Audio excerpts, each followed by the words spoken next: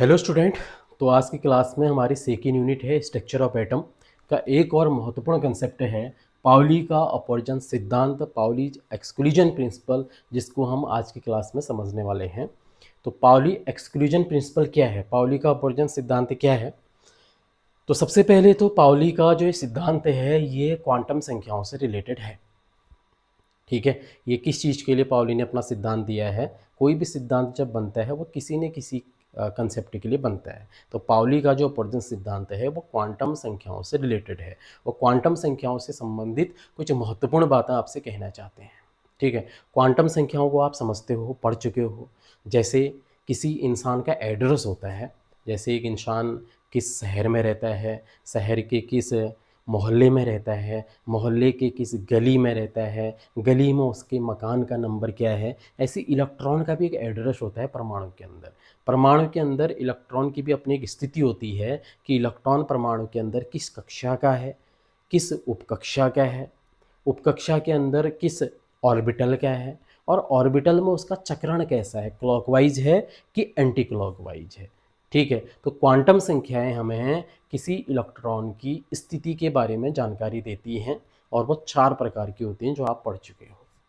ठीक है, कौन कौन से प्रकार की होती हैं? 4 प्रकार की। मुख्य क्वांटम संख्या स्मॉल एन, द्विगुंशी क्वांटम संख्या स्मॉल एल, और चुंबकीय क्वांटम संख्या स्मॉल एम, और चक्रण क्वांटम संख्या कैपिटल एस। इनको आप बहुत अच्छे तरीके से समझते हो, बिना इनके पाउली एक्सक्लूजन प्रिंसिपल आपको समझ में आ भी नहीं सकता है। ठीक है, अब पाउली क्या कहता है, पाउली का अपवर्जन सिद्धांत क्या कहता है? पाउली का अपवर्जन सिद्धांत कह रहा है कि किसी एक परमाणु के लिए, सबसे पहले तो पाउली का अपवर्जन जो सिद्धांत है वो किसके लिए है? किसी एक एटम की बात कर रहा हो। किसी एक एटम के अंदर जब आप जाओगे, किसी एक एटम के अंदर जब आप जाओगे, उस एक एटम के अंदर जाके आप 2 इलेक्ट्रॉन ले लीजिए, कोई भी 2 इलेक्ट्रॉन ले लीजिए। एक एटम के अंदर जाना है आपको, उस एटम के आपने 2 इलेक्ट्रॉन लेने हैं, कोई भी 2 इलेक्ट्रॉन। वो पहली कक्षा के 2 इलेक्ट्रॉन भी हो सकते हैं, वो दूसरी कक्षा के 2 इलेक्ट्रॉन भी हो सकते हैं, वो दूसरी कक्षा के एस उपकोष के 2 इलेक्ट्रॉन हो सकते हैं, वो दूसरी कक्षा के पी उपकोष के भी 2 इलेक्ट्रॉन हो सकते हैं। किसी भी कक्षा या उपकक्षा या ऑर्बिटल के आप 2 इलेक्ट्रॉन ले लीजिए, लेकिन लेना एक ही परमाणु के अंदर के। कहाँ से लेना है? एक परमाणु के अंदर ही जाना आप, और वहाँ से आप 2 इलेक्ट्रॉन निकाल के लाइए। अब जो 2 इलेक्ट्रॉन आप निकाल के लाओगे परमाणु के अंदर से बाहर लाओगे, आप जो 2 इलेक्ट्रॉन निकाल के, परमाणु के अंदर तो बहुत सारे इलेक्ट्रॉन होंगे। हाइड्रोजन में 1 होता है, नियॉन में 10 होते हैं, सोडियम में 11 होते हैं, कैल्शियम में 20 होते हैं, स्कैंडियम में 21 होते हैं। ठीक है, कॉपर में आपके 29 होते हैं। तो इलेक्ट्रॉन तो कितने भी हैं, लेकिन जो पाउली का अपवर्जन सिद्धांत है वो कितने इलेक्ट्रॉनों के लिए है? 2 इलेक्ट्रॉनों के लिए। कोई भी 2 इलेक्ट्रॉन ले लीजिए आप परमाणु के अंदर से। जब आप परमाणु के अंदर से कोई भी 2 इलेक्ट्रॉन लेंगे, तो जो 2 इलेक्ट्रॉन आप लेंगे परमाणु के अंदर से, उन 2 इलेक्ट्रॉनों के लिए आप चारों क्वांटम संख्याओं के मान निकालोगे। क्या निकालोगे? चारों क्वांटम संख्याओं के मान निकालोगे। माना इलेक्ट्रॉन, पहली कक्षा के 2 इलेक्ट्रॉन लिए हैं आपने, तो n का मान कितना होगा दोनों इलेक्ट्रॉन के लिए? n का मान कितना होगा? पहले इलेक्ट्रॉन के लिए भी 1 होगा, दूसरे के लिए भी कितना होगा? 1 होगा। यदि 2 के 2 इलेक्ट्रॉन पहली कक्षा के s उपकोष के हैं, तो फिर l का मान पहले इलेक्ट्रॉन के लिए भी 0 होगा, और दूसरे इलेक्ट्रॉन के लिए भी क्या होगा? l का मान 0 होगा। यदि दोनों इलेक्ट्रॉन सेम ऑर्बिटल के हैं, तो भाई दोनों के लिए m का मान भी सेम होगा। कितना होगा? 0 होगा। लेकिन अब जो s है, चौथी क्वांटम संख्या जो s है, वो 2 इलेक्ट्रॉन के लिए सेम नहीं हो सकती है भैया। क्यों नहीं हो सकती है? क्योंकि जो एक ऑर्बिटल होता है, एक ऑर्बिटल के अंदर जो 2 इलेक्ट्रॉन रहते हैं, वो एक दूसरे के विपरीत दिशा में चक्रण करते हैं। वो कभी भी सेम डायरेक्शन में चक्रण नहीं करते हैं। एक ऑर्बिटल के अंदर जो 2 इलेक्ट्रॉन होते हैं, वो एक क्लॉकवाइज यदि घूमेगा तो दूसरा कैसे घूमेगा? Anti clockwise. एक इलेक्ट्रॉन यदि क्लॉकवाइज घूम रहा होगा तो दूसरा कैसे घूमेगा? Anti clockwise. तो एस का मान, ये जो चक्रण है इसको हम किससे दर्शाते हैं? एस से दर्शाते हैं। तो एस का मान दोनों के लिए अलग अलग होगा। देखो इतनी सारी चीजें सेम थी। मुख्य क्वांटम संख्या एन दोनों के लिए सेम है, द्विगुंशी क्वांटम संख्या एल का मान दोनों के लिए सेम है, चुंबकीय क्वांटम संख्या एम का मान दोनों इलेक्ट्रॉनों के लिए सेम है, लेकिन एस का मान सेम नहीं होगा, क्योंकि एस का मतलब है चक्रण। और चक्रण क्या होगा? एक इलेक्ट्रॉन दक्षिणावर्त घूम रहा होगा, तो दूसरा इलेक्ट्रॉन क्या घूम रहा होगा? वामावर्त। मतलब एक इलेक्ट्रॉन के लिए एस का मान प्लस हाफ होगा, तो दूसरे इलेक्ट्रॉन के लिए क्या होगा? माइनस हाफ होगा।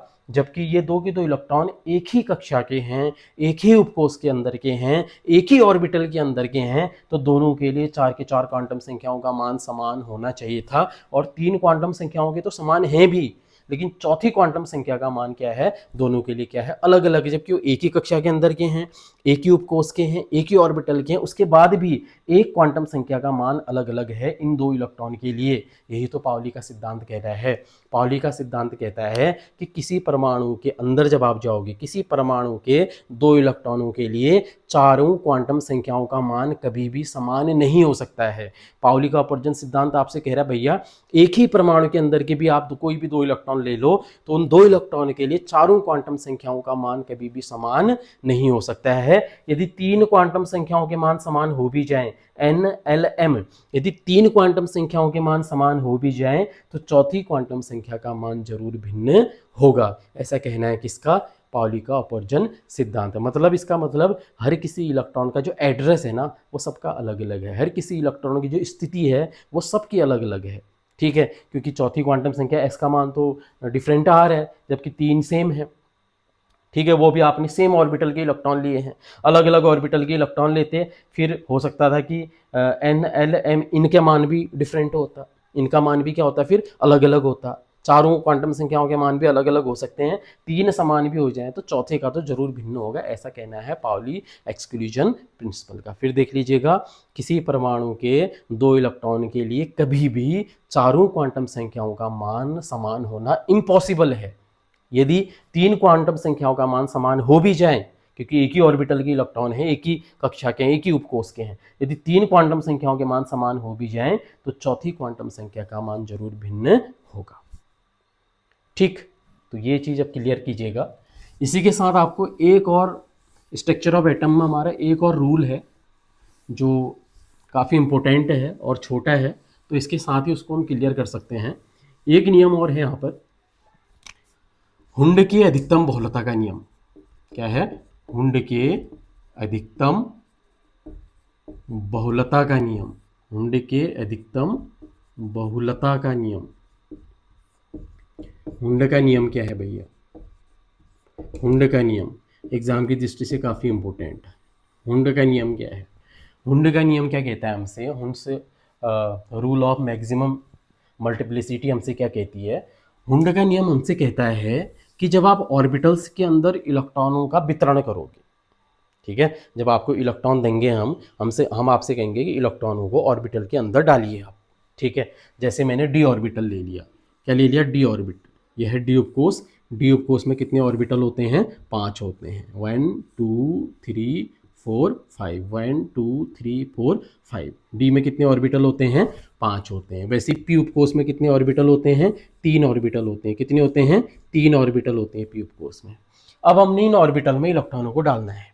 जैसे मान लीजिए डी में हमारे पास 6 इलेक्ट्रॉन है। कितने इलेक्ट्रॉन हैं, 6 इलेक्ट्रॉन है। इनको डी उपकोष में डालना है हमने, डी ऑर्बिटल में डालना है हमने।